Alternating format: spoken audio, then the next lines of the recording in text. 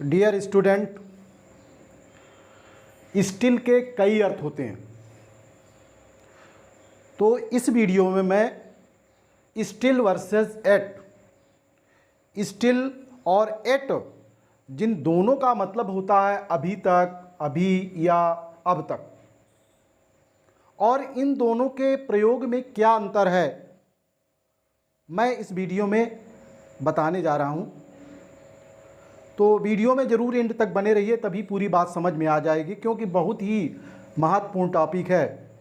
क्योंकि स्टूडेंट जो है स्टिल की जगह एट या एट की जगह स्टिल का प्रयोग कर देते हैं, और कहाँ पर करते हैं, स्थान किस जगह होता है, कैसे सेंटेंस होते हैं, तो ये सीखना बहुत ज़रूरी है। तो लेट्स स्टार्ट। स्टिल, स्टिल का जब मतलब हो अभी तक, अभी भी या अब तक, तो उसमें किस तरह से होता है, continue situation in present, work पूरा ना हो, कार्य प्रगति पर हो, अभी भी, अर्थात सेंटेंस किस में होने चाहिए, प्रेजेंट में होने चाहिए, और स्थिति बरकरार हो, पूरा ना हो पाए। वहाँ अगर हिंदी में अर्थ निकलता है अभी तक या अभी भी या अब तक, तो वहाँ पर स्टिल का प्रयोग किस तरह से किया जाता है, अफर्मेटिव सेंटेंस में या इंट्रोगेटिव सेंटेंस में इसका प्रयोग किया जाता है। और सेंटेंस प्रायः प्रेजेंट टेंस में ही होते हैं। ये पॉइंट याद रखना है हमेशा कि सेंटेंस प्रायः प्रेजेंट टेंस में ही होंगे और अफर्मेटिव और इंट्रोगेटिव सेंटेंस ही होगा, उसमें स्टिल का प्रयोग इस सेंस में किया जाता है। और उनकी पोजीशन क्या होती है वो यहाँ पर देखते हैं। जब अफर्मेटिव सेंटेंस होता है तो उसमें क्या होता है, अगर सब्जेक्ट और मेन वर्ब है तो सब्जेक्ट और मेन वर्ब के बीच में स्टिल का प्रयोग किया जाएगा। अगर उसमें हेल्पिंग वर्ब आ रही है, साथ में हेल्पिंग वर्ब और मेन वर्ब दोनों आ रही हैं, तो उन दोनों के बीच में स्टिल का प्रयोग किया जाएगा। एग्जाम्पल देखते हैं। He is still working, he is still working, ये कंटिन्यूअस में है, प्रेजेंट कंटिन्यूअस में ये स्टिल का प्रयोग है। अब ये मेन वर्ब है और ये हेल्पिंग वर्ब, दोनों के बीच में इसका रखा गया और इसका मतलब हुआ कि वह अब भी काम कर रहा है। ही इज स्टिल वर्किंग, अब वह अब भी काम कर रहा है, सेंटेंस प्रेजेंट में, प्रेजेंट कंटिन्यूअस में। Next example, he still reads in 12th class. ये देखिए मेन वर्ब है, ये सब्जेक्ट है, हेल्पिंग वर्ब नहीं है, तो उन दोनों के बीच में रखा गया स्टिल।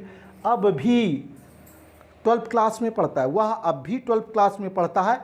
देखिए affirmative sentence. Third one, I have still written a letter.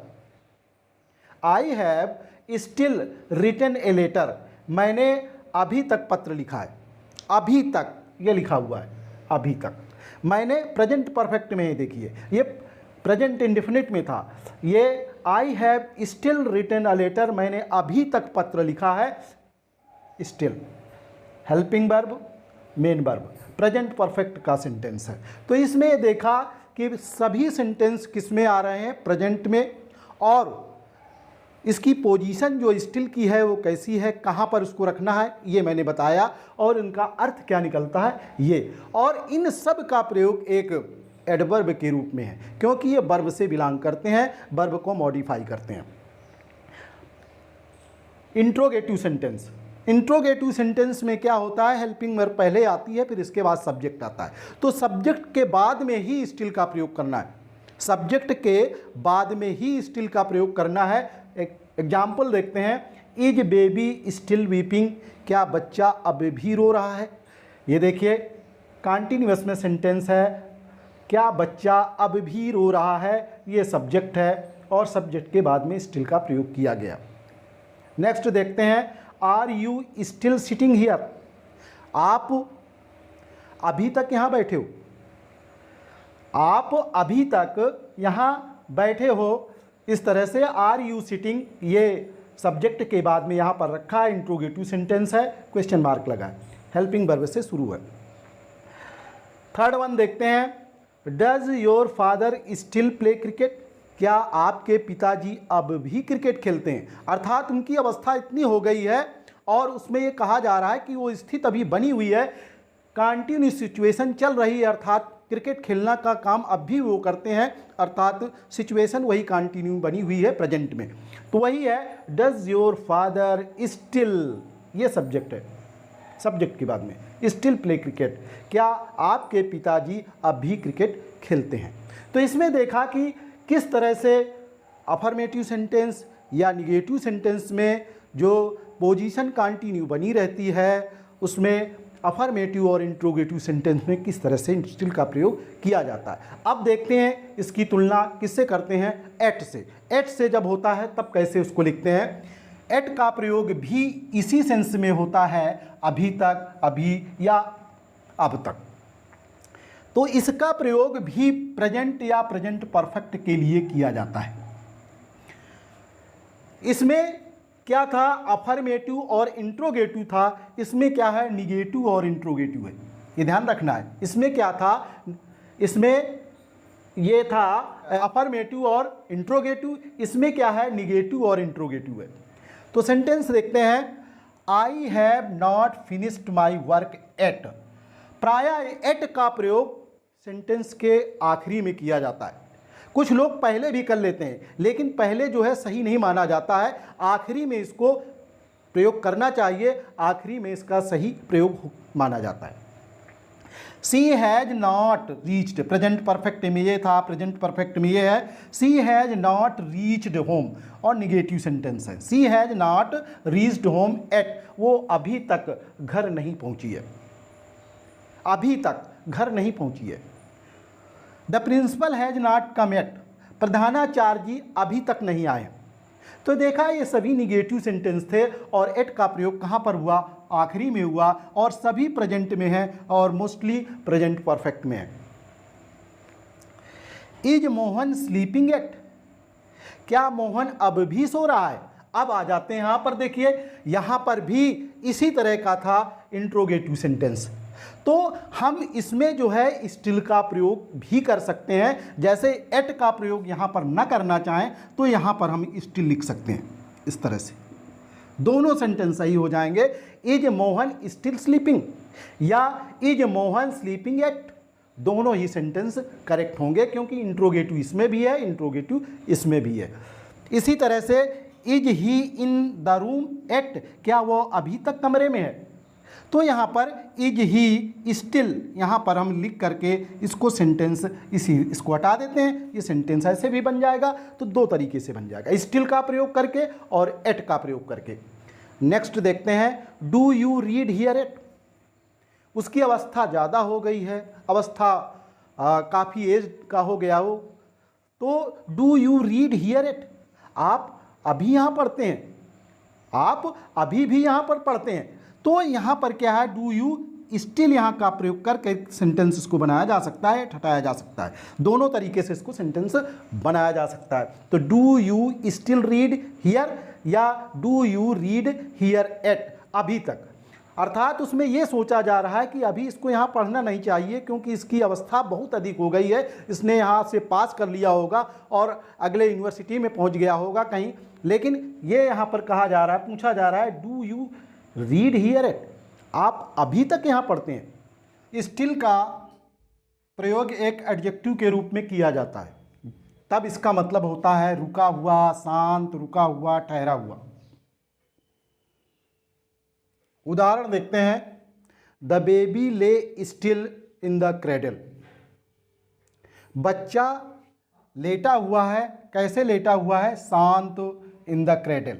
तो इस बेबी की ये जो है क्वालिटी बताई जा रही कि बेबी जो लेटा है वो कैसा है, शांत है, अर्थात यहाँ पर शांत, शोर नहीं कर रहा, रो नहीं रहा है, चिल्ला नहीं रहा है, पालने पर शांत लेटा हुआ है।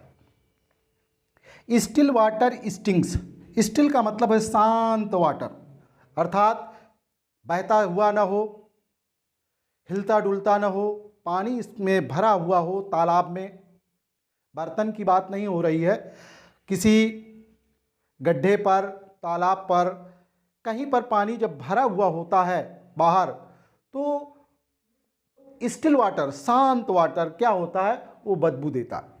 जब कहीं पर तालाब में, पोखरे में कहीं पानी भर जाता है, तो जब बहता नहीं है तो बहता हुआ पानी थोड़ा साफ बना रहता है। तो ये स्टिल का मतलब है शांत या रुका हुआ पानी जो है बदबू देता है। वर्ब के रूप में भी इसका प्रयोग किया जाता है, शांत करना या कराना। The teacher stilled the noisy class, अध्यापक ने जो कक्षा में शोर हो रहा था उसको शांत कराया। तो यहां पर वर्ब के रूप में इसका प्रयोग हो गया। सी स्टिल द वीपिंग चाइल्ड, उसने रोते हुए बच्चे को शांत कराया। तो एक वर्ब के रूप में स्टिल का प्रयोग किया जा रहा है। अभी तक स्टिल का प्रयोग निगेटिव सेंटेंस में किस तरह से किया जाता है। निगेटिव सेंटेंस, जो निगेटिव एक्शन होता है उसको ज़्यादा जोर देने के लिए, इम्फेसिस बनाने के लिए स्टिल का प्रयोग किया जाता है, और उस निगेटिव जो वर्ड आता है उसके पहले इसका और सब्जेक्ट के बीच में इसको प्रयोग किया जाता है। जैसे देखते हैं इसमें, he still does not, present indefinite में है, he still does not go to school. एक एडवर्ब के रूप में वह अब भी स्कूल नहीं जाता है, वह अब भी, अर्थात इस नेगेटिव एक्शन को जो है वो ज़्यादा इसमें अधिक जोर दे रहा है, निगेटिव एक्शन को। He still does not go to school, वह अब भी स्कूल नहीं जाता, अर्थात उसकी अवस्था ज़्यादा हो गई है, काफ़ी बड़ा हो गया है, उसको स्कूल जाना चाहिए था लेकिन अभी स्कूल नहीं जाता है। तो निगेटिव एक्शन के लिए स्टिल का प्रयोग इस तरह से एक एडवर्ब के रूप में किया जाता है। इसको हम इस तरह से भी लिख सकते हैं एट का प्रयोग करके, he does not go to school at, वह अब भी स्कूल नहीं जाता है। तो एट का प्रयोग आखिरी में रख करके इसको हम कर सकते हैं। इसी तरह से you still have not completed your work, आपने अभी तक काम पूरा नहीं किया, अर्थात निगेटिव एक्शन को बताने के लिए, उस पर ज़्यादा जोर देने के लिए स्टिल का प्रयोग किया जाता है। और पोजीशन कहाँ पर रहती है, सब्जेक्ट के बाद में, और जो हेल्पिंग वर्ब निगेटिव में होती है उसके पहले किया जाता है। तो इसमें जोर दिया जाता है निगेटिव एक्शन, एम्फेसिस। और इसको हम इस तरह से भी लिख सकते हैं एट का प्रयोग करके, you have not completed your work at.